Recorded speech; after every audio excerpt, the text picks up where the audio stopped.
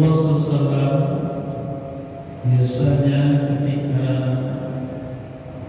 disampaikan kepadanya bahwa ada seseorang yang meninggal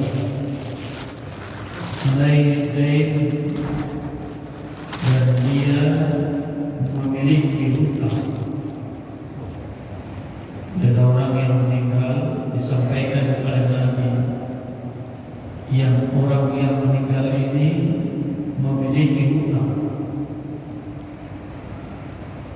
Maka katanya, "Fayas'al hal taraka lidainihi fadla." Maka biasanya Nabi bertanya, apakah orang yang meninggal ini ada meninggalkan harta untuk membayar hutang. Jadi meninggal ya Rasulullah. Jadi Nabi, apa dia punya harta yang ditinggalkan yang cukup untuk bayar hutang? Fa'in bisa annahu taraka lidainihi wafa'an sallallahu. Jika kepada Rasul diberitahukan bahwa yang meninggal ini ada meninggalkan uang yang cukup untuk bayar hutangnya, maka Nabi mau mensalatkan dia. Wa illa, jika dia tidak punya harta untuk melunasi hutangnya, qala lil mu'minin, Nabi kemudian berkata kepada kaum mukminin, sallu li sahibikum. Kata Nabi, kalian salatkan saja saudara kalian ini, aku dah ikut. Falamma fatahallahu alaihi al-futuha, ketika Allah telah memberikan kemenangan-kemenangan kepada kaum muslimin, kepada Rasulullah, kepada kaum muslimin, sehingga sudah mulai terkumpul kekayaan, kebenaran negara, kas negara sudah berisi.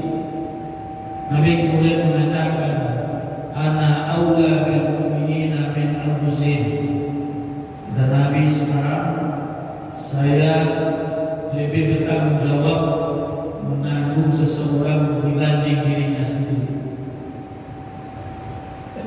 Faman tuwfiya minal mu'minin fataraka dainan fa'alayya qada'uhu. Maka jika seseorang di antara kaum mukminin meninggal dan dia punya hutang, yang hutangnya itu tidak sanggup dia bayar, maka kata Nabi, saya yang bayar. Itu tanggung jawab saya. Maksudnya dari perbendaharaan negara digunakan untuk bayar hutangnya. Maka ketika dia meninggalkan harta, jadi jika yang meninggal itu meninggalkan hutang, negara yang bayar biasa. Tapi kalau dia meninggalkan harta, fali warafati, maka itu sebagai warisan untuk keluarga. Bapak dan Ibu, dalam hadis yang cukup pendek ini, Nabi mengingatkan kita betapa beratnya tanggung jawab seseorang terhadap hutangnya. Jadi hutang itu banyak dalam agama benar-benar ditekankan untuk dibayar. Jadi tidak bisa dianggap remeh. Kadang seseorang tidak tahu lagi hutangnya di mana, rahasia saja, barang-barang hutang. Karena si hutang, situ hutang, pinjam bulan, pakai dulu bulan ini. Jadi ketika seseorang meninggal, Nabi cek kalau dia punya hutang.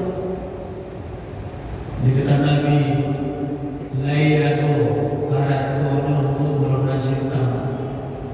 Wa yas'al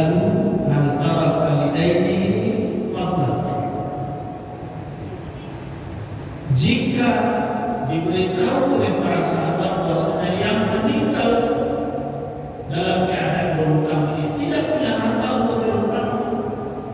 Nabi tidak mau salatkan. Jika dia memiliki harta untuk berhutang, Nabi mau salatkan. Jika tidak, Nabi tidak. Segitu beratnya tanggung jawab seseorang terhadap hutangnya. Jadi ketika seseorang ada yang menganggap remeh itu, kok ada saatnya betul dari malam hilang saja. Itu tanggung jawabnya di dunia sampai di akhirat. Sampai Nabi tak mau mensalatkan dia. Jadi karena itu mari kita berhati-hati dan penuh perhitungan dengan hutang. Jangan sampai mudah-mudah saja berhutang, apalagi termasuk orang yang sejak berhutang itu, itu bayar itu berpikir, adonan itu tidak begitu berhutang, karena tanggung jawabnya.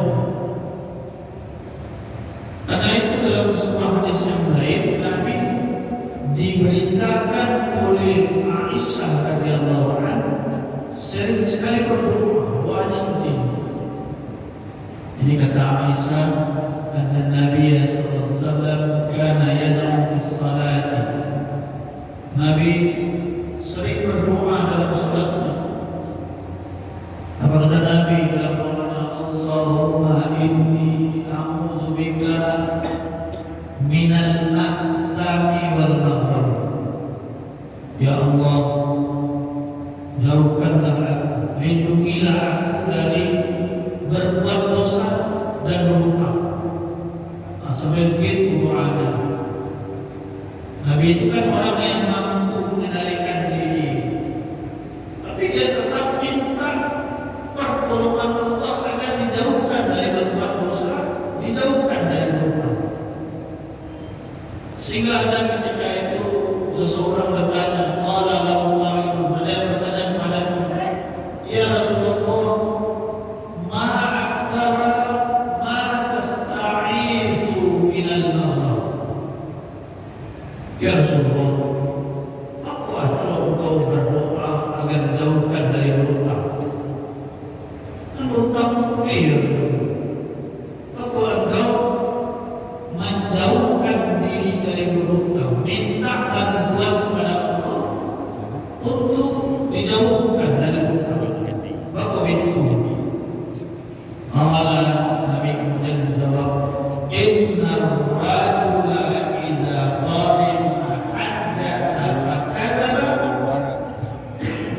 wa wa'ada fa akhlafa. Izin Nabi, kalau seseorang itu berhutang, jika dia berbicara mudah saja terbentuk. Jika dia berjanji, memungkinkan janji itu gampang. Jadi berhutang, apalagi berhutang, mimpi hutang dan segala macam itu dia sampai dengan laki itu dosa. Apa itu dosa? Lupa, mungkin janji, munafik. Dalam itu mengikut saja boleh dosa-dosa. Karena itu mari kita berhati-hati dalam berhutang dengan penuh perhitungan. Bila perlu menghindari sedemikian rupa, berupaya sedemikian rupa untuk tetap mudah-mudah berhutang sehingga dengan demikian nanti tanggung jawabnya sulit untuk itu. Demikian pelajaran kita semoga bermanfaat. Masih bisa dimakan. Waalaikumsalam warahmatullahi wabarakatuh.